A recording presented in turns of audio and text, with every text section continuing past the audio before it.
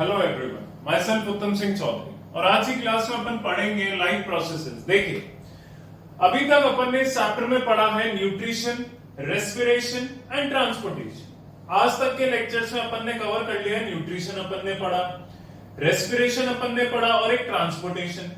Last की class में मैंने आपको पढ़ाया था कि ह्यूमन हार्ट वर्क कैसे करता है, जिसमें मैंने प्लस डायग्राम बनाया था और पूरी वर्किंग आपको समझाई थी।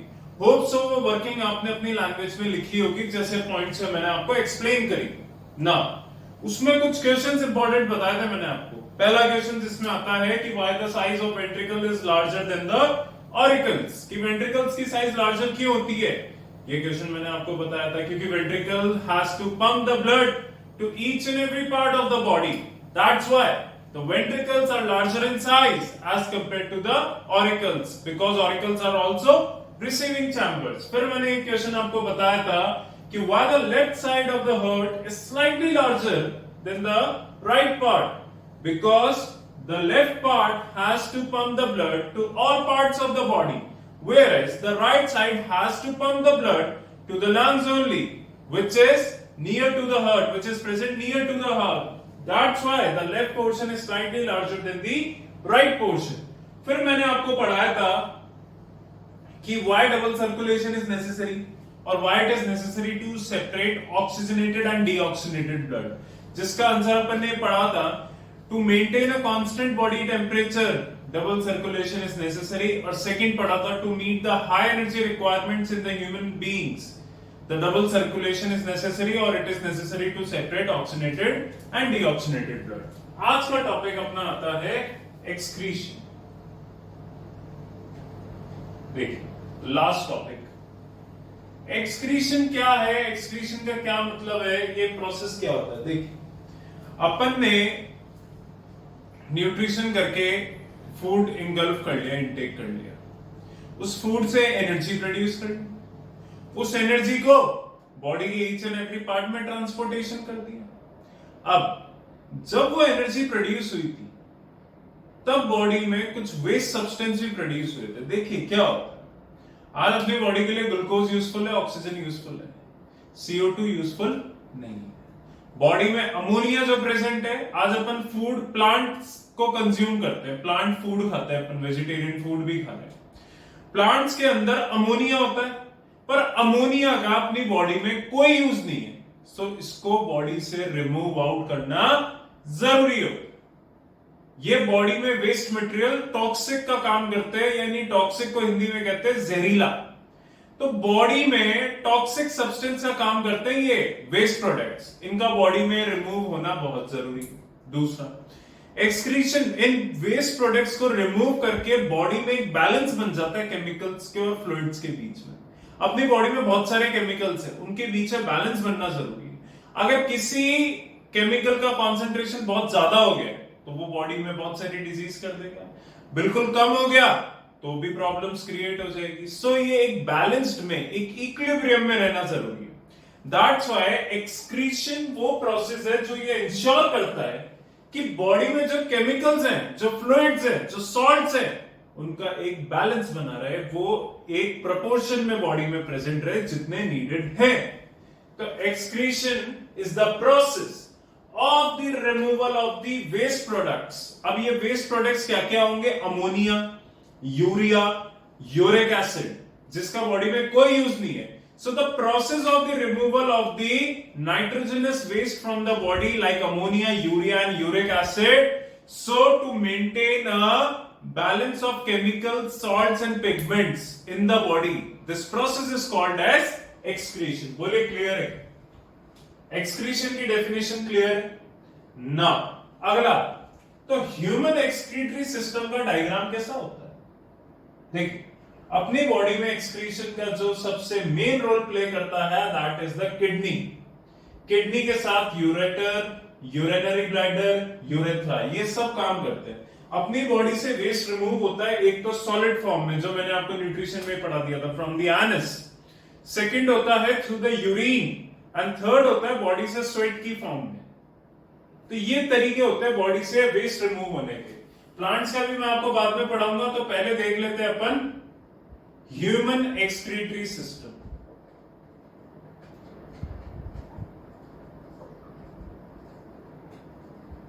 देखिए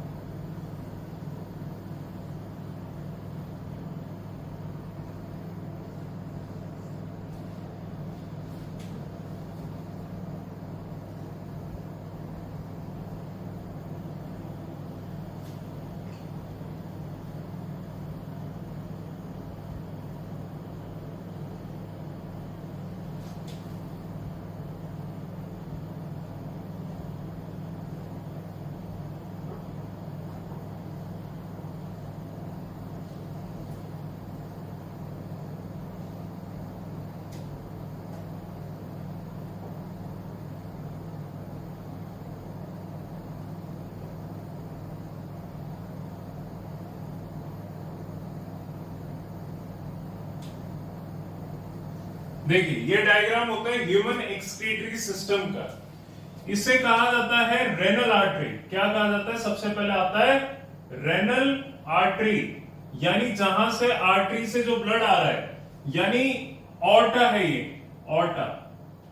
ऑर्टा ब्लड लेकर आती है किडनी में, वो ब्लड रेनल आर्टरी के थ्रू होता हुआ किडनी के अंदर चला जाता है।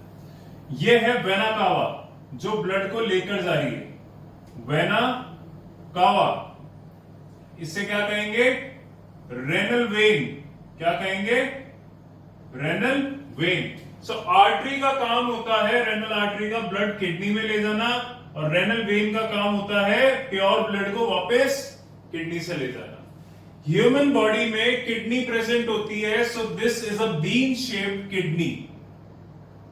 किडनी, इसके टॉप पे एक ग्लैंड प्रेजेंट होता है जिसे कहते हैं एड्रिनल ग्लैंड। इसके कॉर्टेक्स पे एड्रिनल ग्लैंड। नेक्स्ट चैप्टर में पढ़ेंगे आप एड्रिनल ग्लैंड क्या होता है। अभी ज्यादा डिटेल में नहीं, आपको सिर्फ इतना समझाऊंगा। एड्रिनल ग्लैंड वो ग्लैंड होता है जो एक हार्मोन रिलीज करता है, एड्रेनलिन। इस टर्म को आपने सुना होगा, एड्रेनलिन एक हार्मोन रिलीज होता है, ये इमरजेंसी हार्मोन होता है। इसका मतलब क्या है? Emergency situations like when you are in an accident, आपका एक्सीडेंट हो चुका है, आपके पीछे डॉग पड़ गया, या आप किसी जगह पे ट्रैप हो गए, तो आपकी बॉडी में ऐसी इमरजेंसी सिचुएशंस में एक ब्लास्ट ऑफ एनर्जी होता है। बहुत सारी एनर्जी आपकी बॉडी में आ जाती है, that is your hidden energy.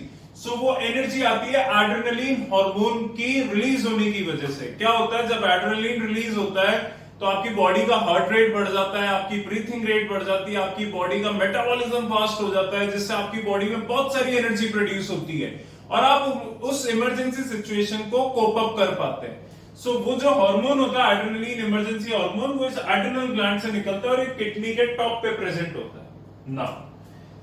Kidney के बाद आता है यूरेटर। यूरेटर ये वो ट्यूब है जिससे किडनी जो यूरिन प्रोड्यूस करती है वो ब्लैडर में जाके स्टोर हो जाता है। ये होता है यूरिनरी ब्लैडर। ये वो ऑर्गन है जो यूरिन को स्टोर करता है। क्लियर है?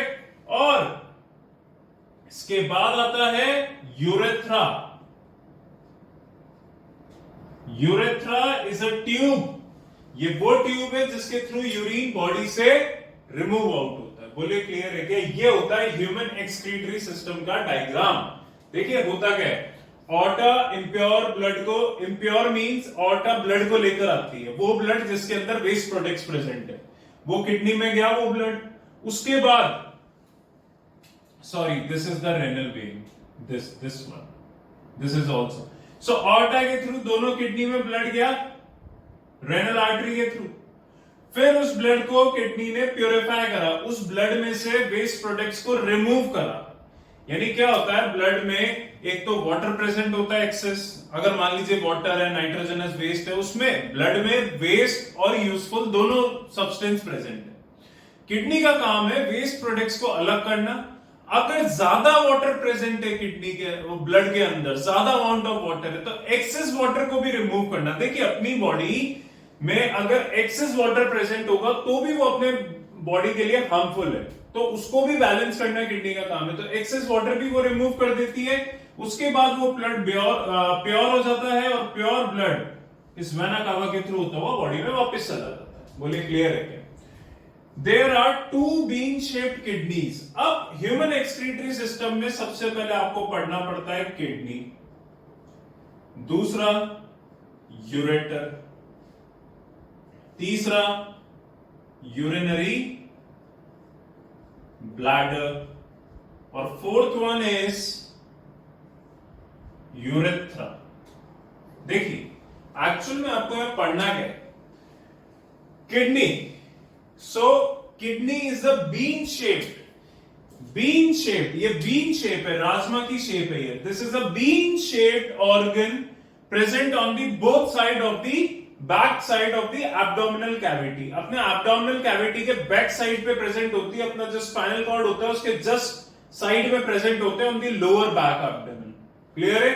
अपनी लोअर बैक पे प्रेजेंट होती है किडनीज। किडनीज प्रोटेक्टेड होती है, वही सेम जो फंडा जो हर ऑर्गन में लगता है। ये इनके टॉप पे एक ग्लैंड प्रेजेंट होता है जिसे एड्रेनल ग्लैंड कहा जाता है।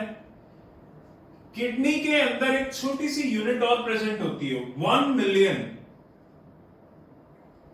नेफ्रॉन प्रेजेंट होते हैं। क्या?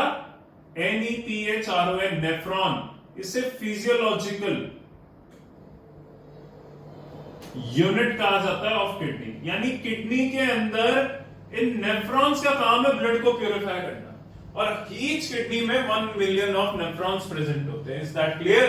सो nephron is the main unit which purifies the blood. इसके अंदर खूब सारे नेफ्रॉन्स प्रेजेंट होते हैं। Is that clear? अगला आता है ureter. Ureter is a tube through which the urine formed in the kidney moves to the bladder.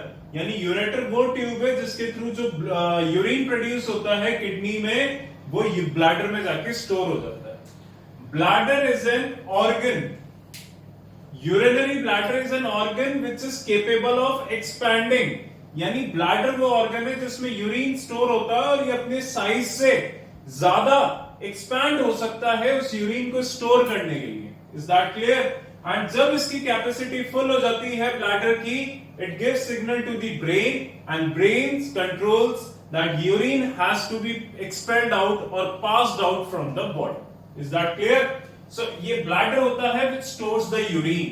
ये अपनी साइज से ज्यादा इलास्टिक होता है तो ये एक्सपैंड हो जाता है, यूरिन को स्टोर कर लेता है काफी देर के लिए। Urethra is a tube, urethra is a tube through which the urine is expelled out of the body. This runs through the whole excretory system, abdominal cavity, and the urine is removed out from the body to urethra. In the males, it's a common passage for both passing of urine and the sperms. ये अपन reproduction में पढ़ेंगे, clear होगा कि urethra is a common passage in males to pass the urine and the sperms out of the body, and in the females it only passes the urine. This urethra is a longer tube in the females, and in the it's shorter in the females, and in the males it's very long. Is that clear? That tube is very long. So ये 4 parts हो चुके हैं पूरे human excretory system के। इस topic में आपको nephron को और डिटेल में पढ़ना है, तो कल की क्लास में मैं आपको नेक्स्ट वीडियो में पढ़ाऊंगा। ये डायग्राम को ढंग से देख लीजिए, ये 4 पार्ट्स ढंग से समझने आपको, दैट्स ऑल। एक चीज और ध्यान रखिएगा, there is a sphincter present. What? Sphincter present.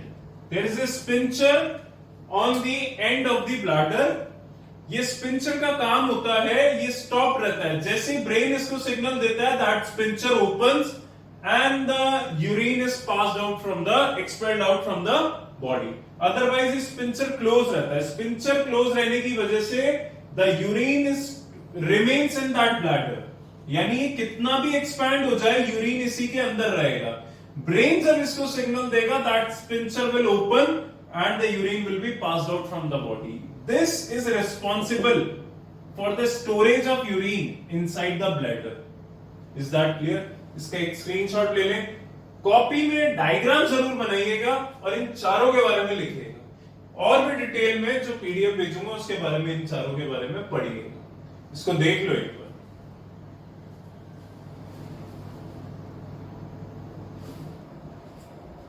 Now एक चीज और पढ़ाऊंगा, एक्सक्रीशन इन प्लांट्स।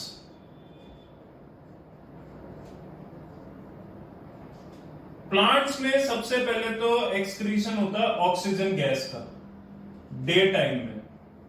जब फोटोसिंथेसिस होता है डे टाइम में तो plant expelled out, plant stomata के थ्रू क्या एक्सहेल करता है? Oxygen gas. Plant carbon dioxide का भी एक्सक्रीशन करता है नाइट टाइम में। जब प्लांट का खुद का रेस्पिरेशन का टाइम होता है ड्यूरिंग द नाइट टाइम, जब वो कार्बोहाइड्रेट्स बनाता है उस टाइम पे वो कार्बन डाइऑक्साइड एक्सहेल करता है। सो ये दो एक्सक्रीशन के प्रोडक्ट्स है प्लांट में। तीसरा एब्सेशन, यानी डेड लीव्स, बार्क, फ्रूट्स, ये सब प्लांट से शेड अवे हो जाते हैं क्योंकि ये प्लांट के कोई यूज के नहीं रहते। सो ये प्लांट के लिए बाद में वेस्ट प्रोडक्ट बन जाते हैं। जो ड्राई लीव्स हो जाती है तो वो प्लांट से अपने आप नीचे गिर जाती है। फ्रूट्स गिर जाते हैं जब वो पूरे राइपेंड हो जाते हैं, पक जाते हैं। बार्क ऑफ द ट्री कई बार प्लांट से धीरे धीरे अलग हो जाती है, आउटर कवरिंग। सो इन सबको एब्सेशन कहा जाता है। चौथा होता है प्लांट से गम्स, रेजिन्स। प्लांट्स में से जो गम्स निकलता है, गम निकलता है जो प्लांट्स के लेटेक्स, प्लांट के बार्क में से, प्लांट के जो बार्क ऑफ द ट्री होता है उसमें से जो गम्स, रेजिन्स, लेटेक्स निकलता है, ये सब वेस्ट प्रोडक्ट होता है प्लांट का। ये प्लांट के कोई फर्दर यूज का नहीं होता, इसलिए प्लांट में से निकलता रहता है धीरे धीरे, जिसको अपन अपने खुद के यूज में ले लेते हैं। बोलिए क्लियर है क्या? और पांचवा होता है water, excess water. Excess water plants transpiration के थ्रू रिमूव आउट कर देते हैं, जो स्टोमेटा के थ्रू होता है। तो ये भी प्लांट में एक्सक्रीशन का एक प्रोडक्ट होगा। सो 5 प्रोडक्ट हो गए प्लांट्स में एक्सक्रीशन के, oxygen gas, carbon dioxide, water, abscission and gums and resins. ये जाइलम टिश्यूज के वेस्ट प्रोडक्ट होते हैं। Is that clear? सो अब इस पूरे चैप्टर में आपका एक तो बचता है नेफ्रॉन और एक होता है डायलिसिस कैसे होता है, आर्टिफिशियल किडनी जिसको कहा जाता है। वो नेक्स्ट वीडियो में कवर करूंगा। सो ये आपका पूरा कवर होता है, इसकी पीडीएफ भेजूंगा, उसको एक बार ढंग से पढ़ ले, इसका स्क्रीनशॉट ले लें। नाउ इस टॉपिक को आप ढंग से पढ़िएगा प्लीज। ये चारों पार्ट्स के बारे में लिखिएगा, नोट्स बनाइएगा, ये डायग्राम जरूर बनाना, और ये प्लांट्स के एक्सक्रीशन के जो प्रोडक्ट्स हैं इनको भी ढंग से पढ़ लेना। कोई डाउट है आप मेरे से पूछ सकते हैं, कोई प्रॉब्लम नहीं है। आपकी जब इच्छा हो, जो टॉपिक्स के आपको डाउट पूछना पूछ सकते हैं। Is that clear? Thank you so much.